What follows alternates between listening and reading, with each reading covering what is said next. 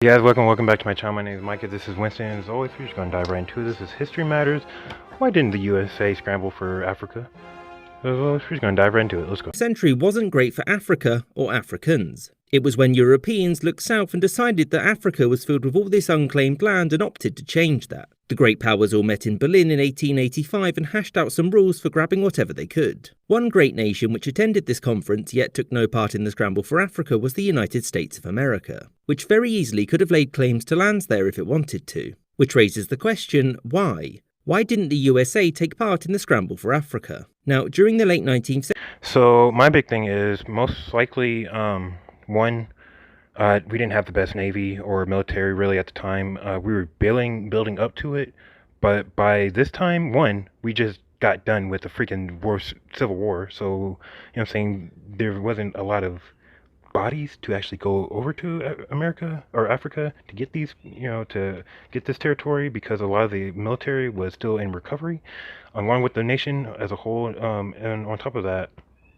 like I said, we just didn't have the type of military to compete. Like, honestly, in my opinion, probably America's military back in the 1870s and stuff like that was probably on par with, like, you know what I'm saying, obviously so many third world countries. Like, it just wasn't competing like that. So in any case, it probably would have been repelled back by a few of these different African kingdoms and countries, kingdoms, empires, tribes, all that stuff. Let's see though. Now, during the late 19th century, successive US presidents had very different opinions on whether the United States should build an empire or oppose imperialism as a matter of principle. Some called for the annexation of Cuba, Alaska, Santo Domingo and Hawaii, with only half of those actually happening. When the Berlin Conference opened, the United States was in an imperialism isn't for us mood, and so its representatives there proposed a different plan. Why don't we only partially carve up the continent, open its waterways to all nations and make Africa a free trade area? The American ideas were promptly dismissed. However, the US did get some concessions in that the Congo would be open to all international trade, which meant that unlike the parts of Africa under the control of the great European powers, the US would have at least some access. By the way, this idea of America just wanting to trade is a theme of late 19th to early 20th century US foreign policy. So with that, Japan can kind of attest to that, and the fact that we made them freaking open up their country and stuff like that, which is, you know what I'm saying, we pretty much paved the way for us, and Europe pretty much paved the way for Imperial Japan and everything else and all the atrocities that happened, if you really think about it, because before then, they were kind of living just fine. And then Western civilization kind of came in, and then you know what I'm saying, they just kind of took over from there. So it's one of those things. Let's see though.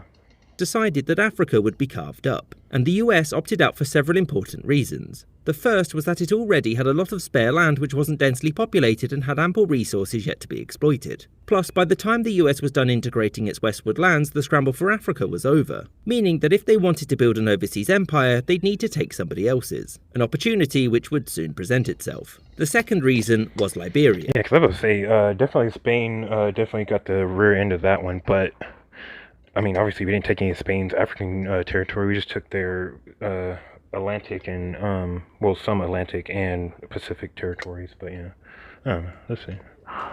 Across the previous century, American patrons had helped to fund freedmen's journeys to Africa to found a territory for freed slaves. In 1822, this culminated in the creation of Liberia, which was sort of an American colony but also totally wasn't. As such, it just sort of sat in limbo. It eventually got sick of America ignoring it, and it declared its independence in 1847. Yeah, I was about to say, Liberia technically was just a way to get rid of freed slaves. It wasn't a colony or anything, it was literally, oh, you're free? Well, I don't really want you living in our country, because this country is for certain people, so you can go back to Africa, and that's what happened. It wasn't a colony whatsoever. It was literally them sending people they didn't want in the country out of the country. That's all it was, so.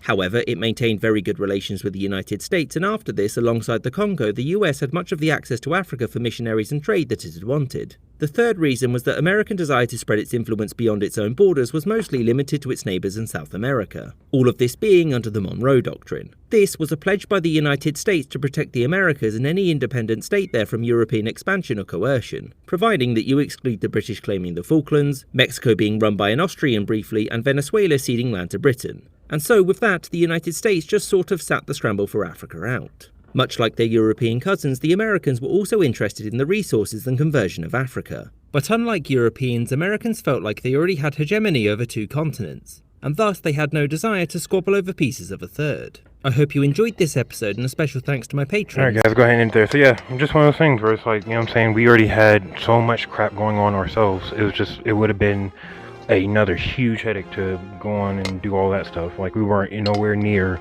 you know, the type of power that we are today to able to do that type of stuff. But in any case, so thank you guys again for joining me in another episode of Micah's Intellectual Corner. If you guys like this one, don't forget to like, comment, subscribe. I'll see you guys on the next one. I'm out. Peace.